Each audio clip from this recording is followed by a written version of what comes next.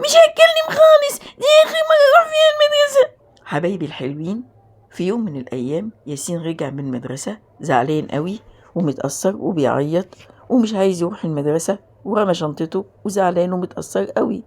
ساعتها ليلى شافته وجري جري راحت على باباها وبتقول له: يا بابا يا بابا، الحق ياسين يا بابا، رجع من المدرسة عمال بيعيط جامد، رمى شنطته في الأرض وعمال بيقول مش هروح المدرسة خالص ومش هتكلم خالص.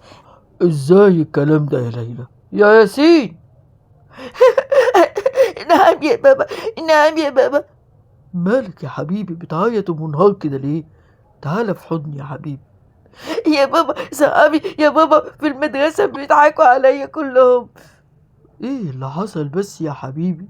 اهدى كده وبلاش عياط واتكلم بالراحة.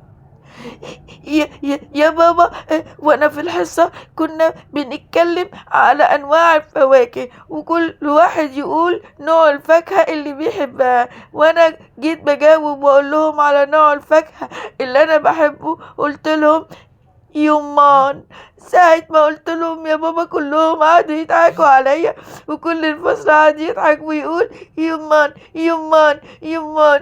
يا بابا انا مش هتكلم تاني خالص يا بابا، ومش رايح المدرسة دي تاني يا بابا، العيال دول وحشين والمدرسة وحشة وانا خلاص يا بابا كده مش هبقى راجل خالص. يا حبيبي ده انت راجل وسيد الرجالة كمان، ما تقولش كده، هما اللي وحشين، لكن انت جميل وربنا خلقك كده بحرف الراء الجميلة المدلعة اللي انت بتقولها دي، ودي ماركة مسجلة خاصة بياسين. الناس كلها بتنطق حرف الراء بطريقة واحدة، اما انت متميز بتنطقها بطريقة جميلة ومدلعة زي الامراء والملوك في الحواديت زمان. ردت ليلى يا ولاد وجريت على باباها وردت وقالت: يا بابا يعني ايه ياسين ماركة مسجلة؟ يعني ياسين بيطلع سحر كده وهو بيتكلم؟ يا ليلى، يعني ياسين الراء بتاعت ياسين مش زي الراء بتاعت اي حد في الدنيا، بقت خاصة بياسين بس. وانت يا ياسين بكرة ان شاء الله لو حد ضحك عليك تاني قوله انا الراء بتاعتي متدلعة ومتميزة خاصة بي انا لوحدي، لكن انتوا الراء بتاعتكم كلكم عادية زيكم زي كل الناس. ولو شافوك يا حبيبي فرحان بنفسك ومش متضايق ومش بتعيط ومبسوط وراضي بالخلقة اللي ربنا خلقك عليها، ساعتها هم هيتمنوا يبقوا زيك وهيبطلوا يضحكوا عليك.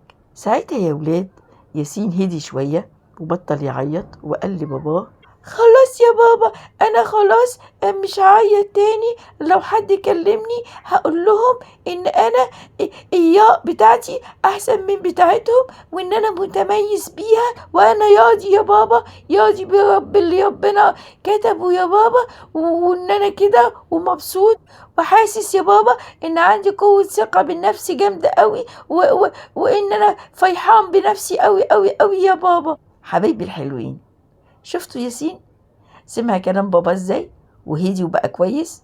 ساعات يا ولاد ربنا بيخلقنا بحاجة، يعني ايه طريقة مثلا بننطق بيها على الحرف غير بقية الناس، ده بتبقى غصب عننا.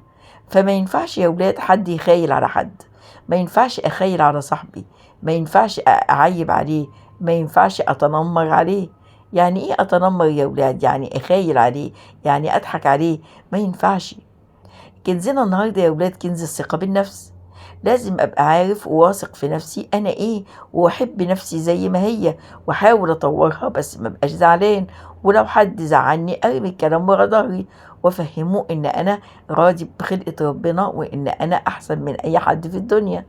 اولاد عرفنا ان التنمر حاجة وحشة محدش يعملها، عشان دي بتأذي الإنسان اللي انت بتتنمر عليه أو بتأذي الإنسان اللي انت بتضحك عليه وبتزعله، بتخليه زعلان وبيعيط ونتقابل المرة الجاية مع كنز جديد وحكاية جديدة من حكايات ماما تونا.